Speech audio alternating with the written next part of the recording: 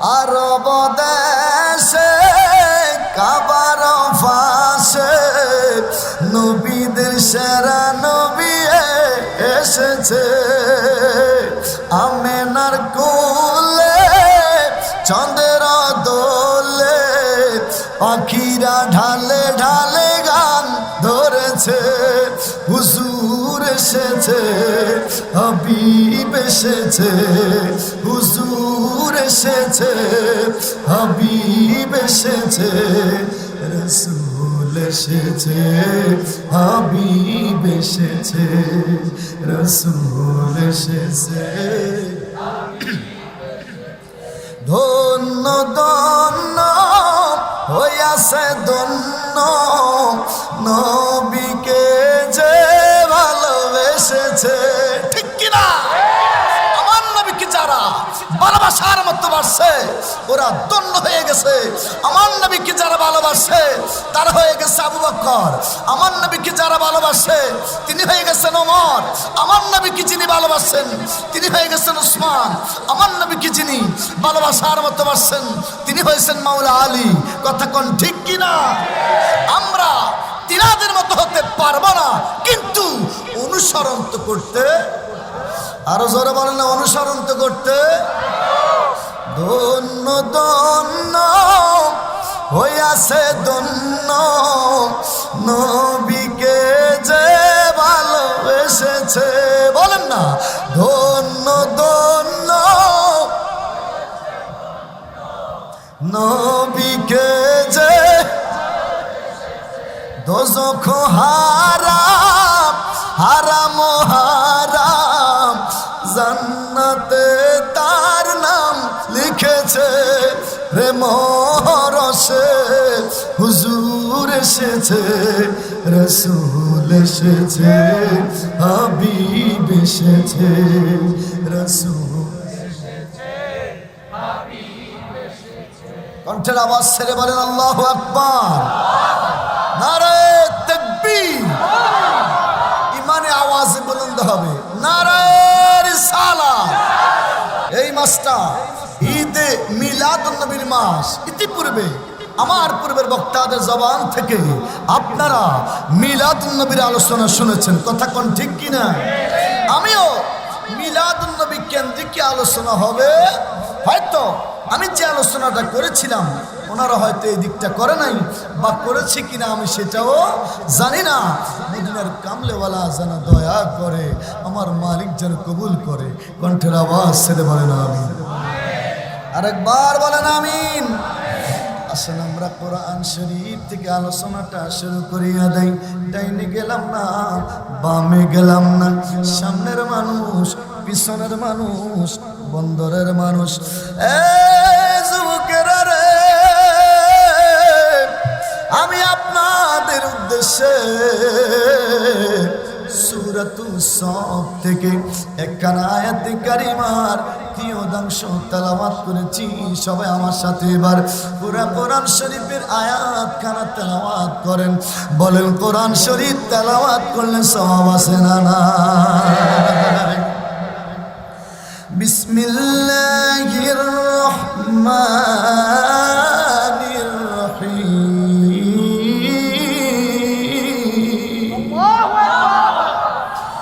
وَإِذْ قَالَ عِيسَى ابْنُ مَرْيَمَ يَا بَنِي إسرائيل।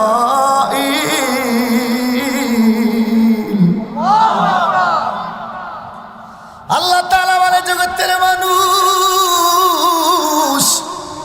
তোমরা স্মরণ করো, আমি আল্লাহ যদি আমার বন্ধু হাবিবুল্লাহ রহমাতুল লিল আলামিন কি স্মরণ করার জন্য বলেছি। আয়াতের তাফসীর মূলক আলোচনা লম্বা করা যাবে না, সংক্ষিপ্ত করে আপনাদেরকে বোঝানো হবে।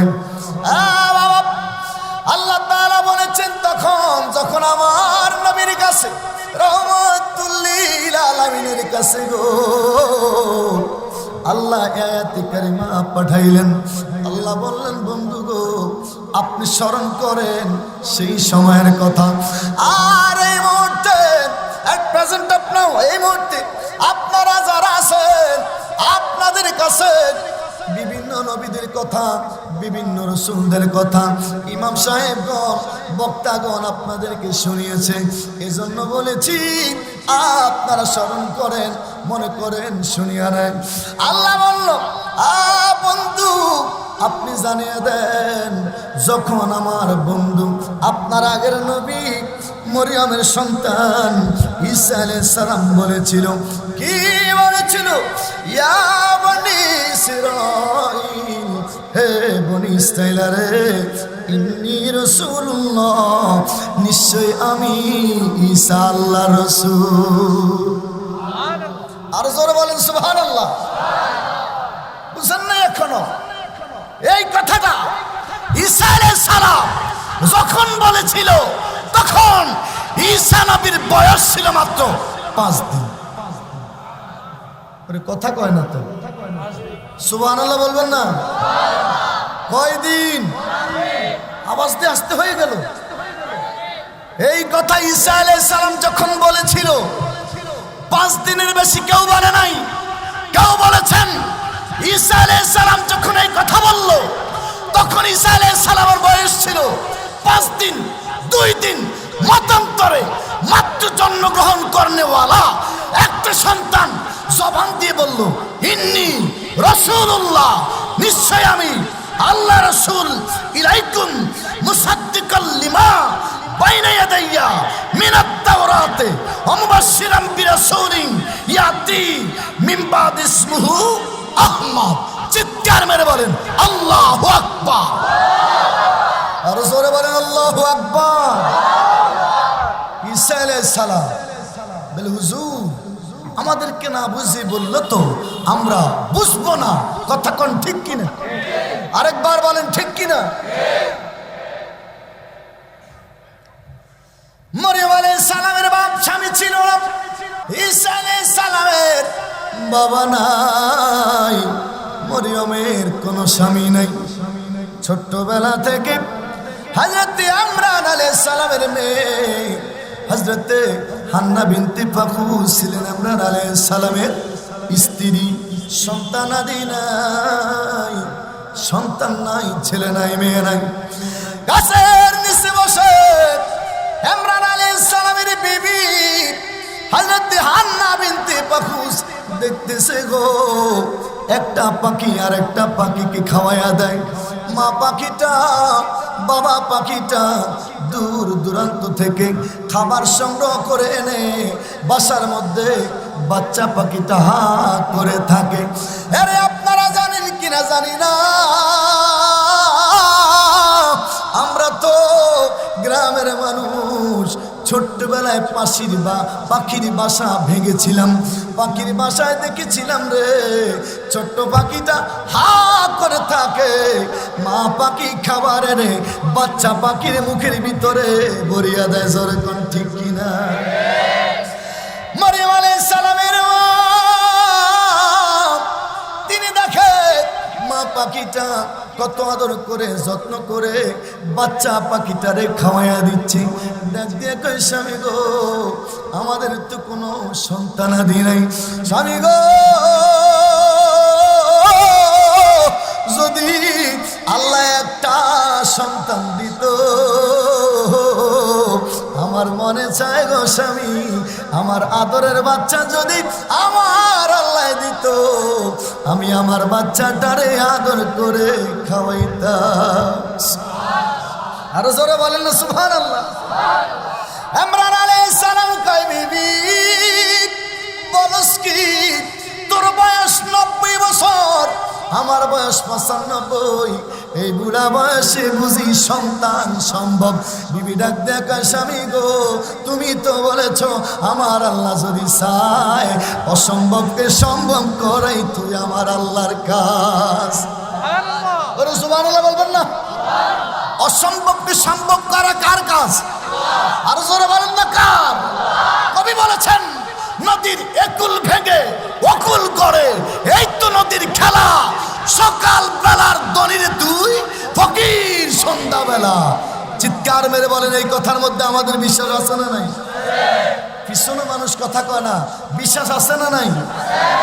ঈদে মিলাদুন নবী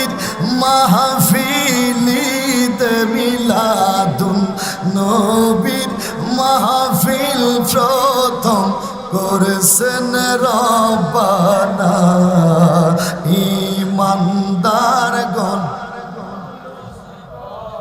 কি তো বাবা আপনারা পারেন না বুঝছি, আমি তো ভাবছি পারেন। ইমানদারগণ জুলুসি করো না হাইদে মিলাদুন নবীর মাহফিলি দে মিলাদুন নবীর মাহফিলি প্রথম করেছেন রব্বানা ইমানদারগণ জুলুসি করো না বাইজান ইমান। আশিক রে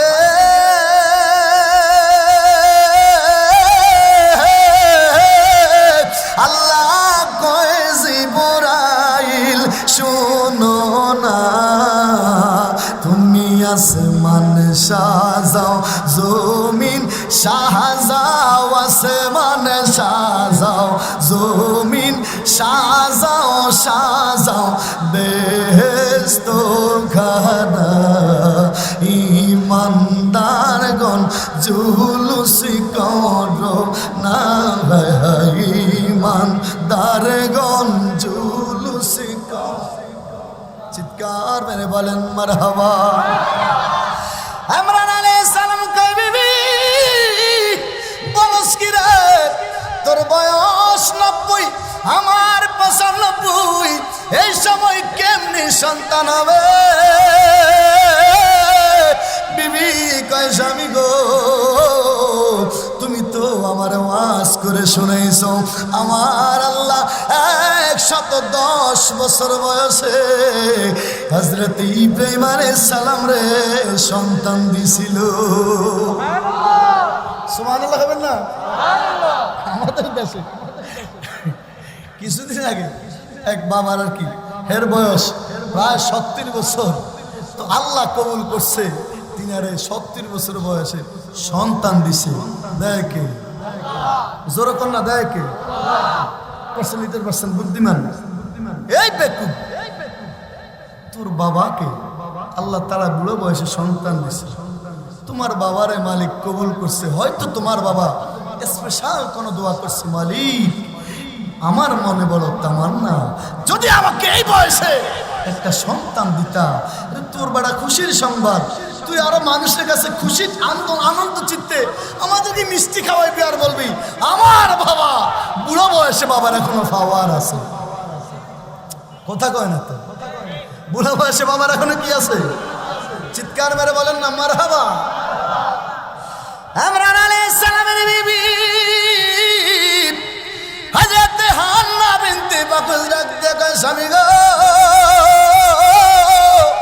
ইব্রাহিম খলিলুল্লাহ রে আল্লাহ 110 বছর বয়সে সন্তান দিয়েছিল।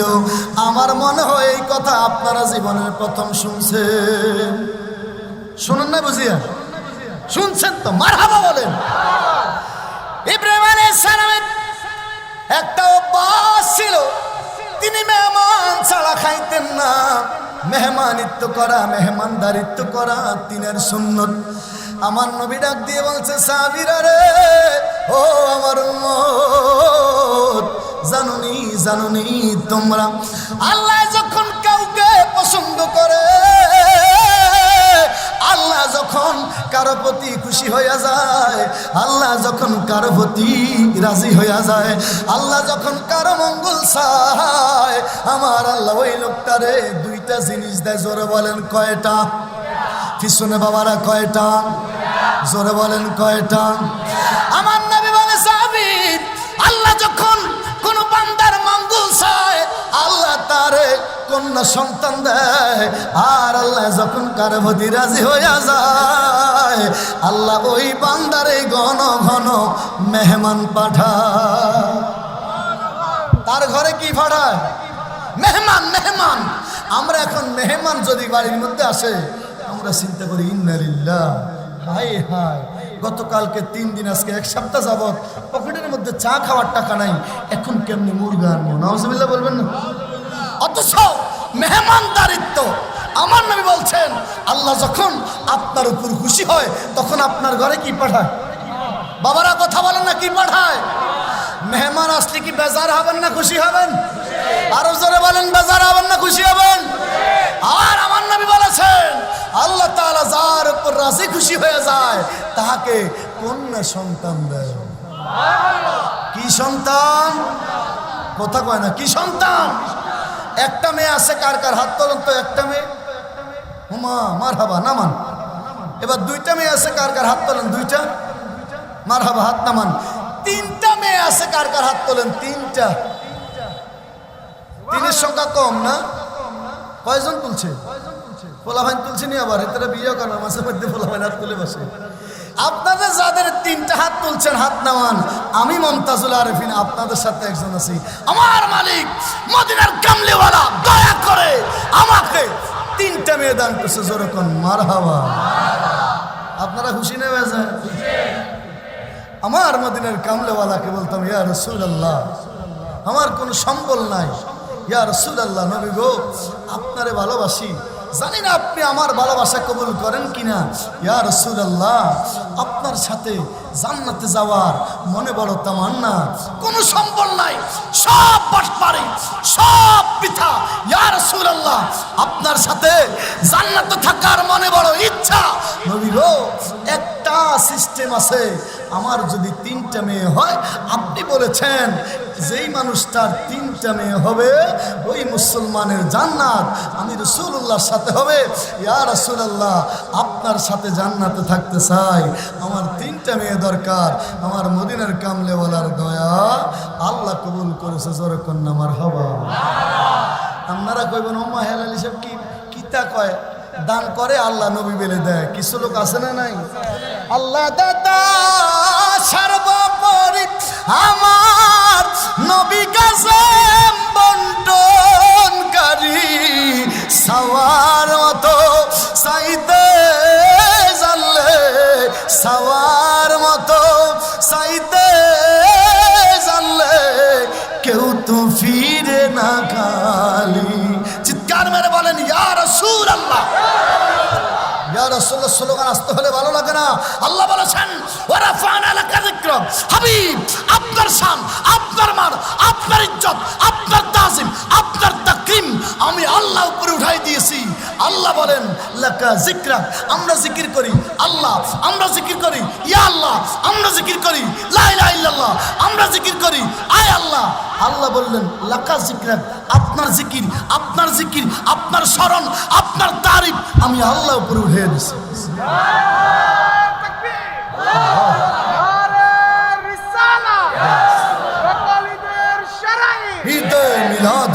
চিৎকার মেরে বলেন মারহাবা।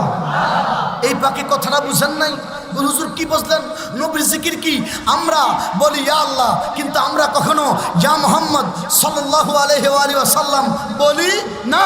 আমরা বলি আয় আল্লাহ, আমরা কখনো আয় মুহাম্মদ বলি না।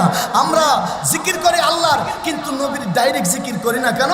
আল্লাহ বলে দিয়েছেন সাবধান, লা তাকুলু রায়না ওয়া কুলু জুরনা ওয়াসমাউ ওয়ালিল কাফিরিন আযাবান আলীম। এই মানুষ সাবধান, আমার নবীর সাথে দুনিয়ার মানুষকে তোমরা যেইভাবে ডাকো, যেইভাবে আহ্বান করো, আমার হাবিবুল্লাহকে ওইভাবে ডাকা যাবে না, ওইভাবে আহ্বান করা যাবে না। এই মানুষ বলা যাবে ইয়া আল্লাহ, কিন্তু ইয়া মুহাম্মদ কখনো বলা যাবে। সম্মান দিছে কে? আসতে বললেন, সম্মান দিছে কে? বলা যাবে এই আব্দুর রহিম, এই আব্দুল খালেক, এই আবুল কাউসার ভাই, বলা যাবে ইয়া আল্লাহ। আল্লাহ সাবধান করে দিছে ইয়া মুহাম্মদ বলা যাবে। আসতে বললেন আমার নবীকে ডাইরেক্টলি নাম ধরে ডাকা যাবে। সম্মান দিছে কে? আরো জোরে বলেন, সম্মান দিছে কে? আল্লাহ বললেন লা তাকুলু রায়না, নবীজিকে ডাইরেক্টলি বলবা না, ডাক দিবা না, সাবধান বলবে অকুল উনজুরনা ইয়া রাসূলুল্লাহ, নবী গো আমাদের প্রতি দয়ার দৃষ্টি করেন। সুবহানাল্লাহ, আমাদের দিকে কি করেন? দয়ার দৃষ্টি করেন। হে সুন্নিরা মনোযোগ, আমরা শোনার জন্য আসছি, বুঝার জন্য আসছি, এবং যতদিন বাঁচব নিজের জীবনে এই কথাগুলো যেন আমল করতে পারি, মালিক যেন কবুল করে। কণ্ঠের আওয়াজ ছেড়ে বলেন, আরো জোরে বলেন আমিন। ইব্রাহিম আলাইহিস সালাম মেহমান ছাড়া খায় না, কথাটা বলে দেই। একদিন খায় না, 2 দিন খায় না, মেহমান আসে না। 3 দিন হয়ে গেল, মেহমান নাই। আমার আল্লাহকে জিবরাইল তাড়াতাড়ি যারে যা, মেহমান সাজিয়া আমার খলিলের বাসায় যা, খলিলের দরবারের সামনে হাজির হইয়া যা। জিবরাইল আলাইহিস সালাম মানুষের সুরত ধরে মেহমান সাজিয়া ইব্রাহিম আলাইহিস সালামের বাড়ির সামনে দিয়া যখন যাচ্ছে, ইব্রাহিম আলাইহিস সালাম কয়, আপনাকে আমি পাইছি। আজকে 3 দিন যাবত মেহমানের অপেক্ষায় আছি গো। আজকে আপনারা পাইছি, আসেন আপনার মেহমানদারিত্ব করব। আল্লাহর খলিল ইব্রাহিম, আপনাদের মনের মধ্যে প্রশ্ন জাগতে পারে, হুজুর নবীদের তো নবুয়তের চোখ, ইনারা তো সিনার কথা। তাফসীরের মধ্যে আছে, মুফাসসির কেরামগণ, মুহাদ্দিসিন কেরামগণ বলেছেন, ওই সময়ে আল্লাহর খলিল মেহমানের জন্য পাগল পারা, তিনি ছিলেন মেহমানের জন্য পাগল পারা। বস্তুত 3 দিন তিনি খায় নাই, খাবার জন্য আল্লাহর খলিল পাগল পারা হয়ে গেছে। খাবারের জন্য 3 দিন খায় না, মেহমানের জন্য আল্লাহর খলিল পাগল পারা। যার কারণে এই লোকটাকে, ওই লোকের চেহারার দিকেও আল্লাহর খলিল ভালো করে দৃষ্টিপাত করে নাই। সুবহানাল্লাহ। আল্লাহর খলিল ভিতরে তিনাকে নিয়ে গেলেন, তিনার সামনে খাবার দিল। খলিলও খাবার সামনে লইয়া খানা শুরু করিয়া দিল। সুবহানাল্লাহ। আল্লাহর খলিল 1 লোকমা খেল। কয়েক লোকমা খাওয়ার পরে দেখে মেহমান খানা খায় না। ইব্রাহিম আলাইহিস সালাম দেখতেছে মেহমান খায় না, মেহমান খানা খায় না, মেহমান মুস্কি মুস্কি হাসতেছে। সুবহান। আল্লাহর খলিল অর্ডার করে তিনি লজ্জা পেয়ে গেলেন, ডাক দিয়ে বলল, আপনি আমার মেহমান, আমি আপনাকে মেহমানদারিত্ব করার জন্য দাওয়াত দিয়ে আনছি, কিন্তু আমি আপনাকে খাবার শুরু করতে না বলে আমি খাবার শুরু করিয়া দিছি। আপনি মনে কিছু নিবেন না, আপনি এবার খান। এবার ইব্রাহিম বলার পরেও মেহমান খায় না, মেহমান খানা খাচ্ছে না। 1 বার 2 বার 3 বার কয়েকবার অনুরোধ করার পরে এবার জিবরাইল আলাইহিস সালাম ডাক দিয়া কয়, ওগো আল্লাহর বন্ধু, ওগো আল্লাহর খলিল, ভালো করে তাকিয়ে দেখেন, আমার তো এখনো আপনি চিনতে পারেন না। আরো জোরে বলেন সুবহানাল্লাহ। ইব্রাহিম খলিলুল্লাহ ওই লোকটার দিকে তাকিয়ে দেখে, ইনি তো দুনিয়ার কোনো সাধারণ মানুষ না, ইনি হচ্ছেন আল্লাহর পাঠানো হযরতে জিবরাইল। ইব্রাহিম আলাইহিস সালাম নাম দিয়া কয়, ওরে আপনি মানুষের সুরত ধরিয়া আমার কাছে আসছেন, আমি তো আপনারে মানুষ ভাবিয়া খাইয়া ফলাইছি, মেহমান ভাবিয়া খাইয়া ফলাইছি। জিবরাইল আলাইহিস সালাম কয়, আল্লাহ আপনার কাছে আমারে পাঠাইছে। আপনি যে মেহমান ছাড়া খান না, এটা আল্লাহ অনেক পছন্দ করছে, আল্লাহর কাছে অনেক ভালো লাগছে, আল্লাহ অনেক পছন্দ করিয়া নিছে। এই যে মেহমানদারিত্ব আপনি করেন, আল্লাহ অনেক পছন্দ করছে। 3 দিন পর্যন্ত মেহমান ছাড়া যে খান না, আল্লাহ এটাও পছন্দ করিয়া নিছে। এই পছন্দের বিনিময়ে খলিল আল্লাহ তাআলা আপনার এই বুড়া বয়সে আপনার দ্বিতীয় সন্তান হযরত ইসহাকের শুভ সংবাদ দেওয়ার জন্য আমারে পাঠাইছে। কত বছর বয়সে? কত বছর বয়সে? 110। জোরে কন্যা কত? কেউ কেউ বলছেন 130। সুবহানাল্লাহ। আরে মিয়া, কেউ কেউ 190 বছর পর্যন্ত কইছেন। সুবহানাল্লাহ কবেন না? কোন সন্তান? দ্বিতীয় সন্তান হযরত ইসহাক আলাইহিস সালাম। জোরে কন্যা সুবহান। ঈসা আলাইহিস সালামের কথা বলতে গিয়ে এদিকে আসছি, মনে আছে তো? কথা বলতে হবে, মনে আছে তো? মারিয়াম আলাইহিস সালামের মা হযরত হান্না বিনতে বাকুস ডাক দেয়া কয় স্বামী গো, যদি তুমি আল্লাহর কাছে কইতা, যদি আল্লাহ আমারে সন্তান দিত, আমার মনে চায় সন্তানটি একটু আদর করার জন্য। এ বন্দরের যুবক, তোমার মা আছে বাবা আছে রে, আজকে বাবা কি জিনিস মা কি জিনিস তুমি বুঝো না। মুমতাজুল আরেফিন হেলালির খবর নাও, 3 বছর বয়সে মারে হারিয়া ফেলাইছি, 9 বছর বয়সে বাবারে হারাইলাম। একটা সময় মা ছিল বাবা ছিল, 10 টাকার ফল কিনে আব্বা আম্মারে খাওয়াইতে পারি নাই। আজকে আমার মালিক মদিনার কামলেওয়ালা দয়া করে কত টাকা দিছে রে, কিন্তু 10টা টাকা ফল কিনে আম্মা আব্বারে খাওয়াইতে পারি নাই। বিদেশে বিরাজে যারো ভূতেরও মারা যায়,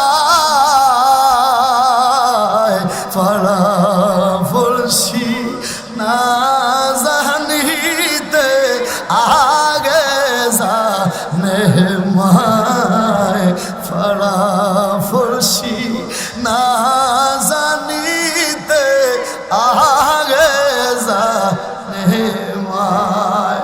জোরে কোন ঠিক কিনা? এমন কিছু সন্তান আছে কুলাঙ্গার বললে যুবক ভাইরা মনে কষ্ট নিবেন না, দেখতেছি অহরহ করতেছে, বাবাকে খাওয়ায় না, মাকে খাওয়ায় না, বাবার কথা শোনে না, মার কথা শোনে না। কারণও আছে, এখন সুশিক্ষার অভাব। কিসের অভাব? আরে বাবা, আমাদেরকে যখন দেখতাম ছোট্ট বাচ্চাকে মক্তবে দিয়ে আসতো আব্বা, হুজুরের কাছে দিয়ে আসতো, আর বলতো হুজুর আমার এই সন্তান আপনার কাছে দিলাম, গোস্তগুলো সব আপনার, হাড্ডিগুলো সব, কথা কয় না। হুজুরের কাছে গিয়া বলতো, স্যারের কাছে টিচারের কাছে গিয়া বলতো, স্যার আর হুজুর গোস্তগুলো সব আপনার, হাড্ডিগুলো সব কি আমার। আর এখন নাও এখন এই মুহূর্তে ওস্তাদের জায়গায়, স্যার ওস্তাদ সাবধান, গোস্তের মধ্যে যেন কোনো দাগ টাগ না লাগে। আরো জোরে কোন ঠিক কিনা? যার কারণে এখন ওই সন্তান কুসন্তান কুলাঙ্গার সন্তান হয়ে গেছে, শাসন নাই। সেদিন দেখলাম, আমরা তো মাদ্রাসা চালাই, শিক্ষক ছাত্রের একটু বেশি মারছিল, তো যেই মারা মারছে এই শাসন এত বেশি হয় নাই যে বিচার দিতে হবে। কিছু শাসন যদি না করে তাহলে এত ফলাফল দুষ্টামি করবেই, কথা কোন ঠিক কিনা? বাবা আসছে বিচার লইয়া, তখন বাবাকে বাবার গার্ডিয়ানকে গার্ডিয়ানের ভাবে আমরা বুঝাইয়া দেই, আর টিচারকে কি টিচার ভাবে বুঝাইয়া দেই। বলে দিলাম আমরা চাই আপনার সন্তান যেন মানুষ হয়, আমরা চাই আপনার সন্তান যেন সুসন্তান হয়, আমরা চাই না আপনার সন্তান মাদ্রাসা থেকে পলায়া যাক। কিন্তু আপনি যদি প্রশ্রয় দিয়ে দেন তাহলে আপনার সন্তান মাদ্রাসা থেকে পলায়া যাবে। সন্তান ভাববে আমার মারলে আমার বাবা ইয়া লইয়া যাবে। আমি বাড়িতে গেলে আমার বাবারে বুঝিয়ে বলবো, বাবা আমরা বেশি মারে, যার কারণে আমি পলায়া চলে আসছি। কথা মনে হয় বুঝুন নাই? কথা বোঝা যায়? আরো জোরে বলেন, বোঝা যায়?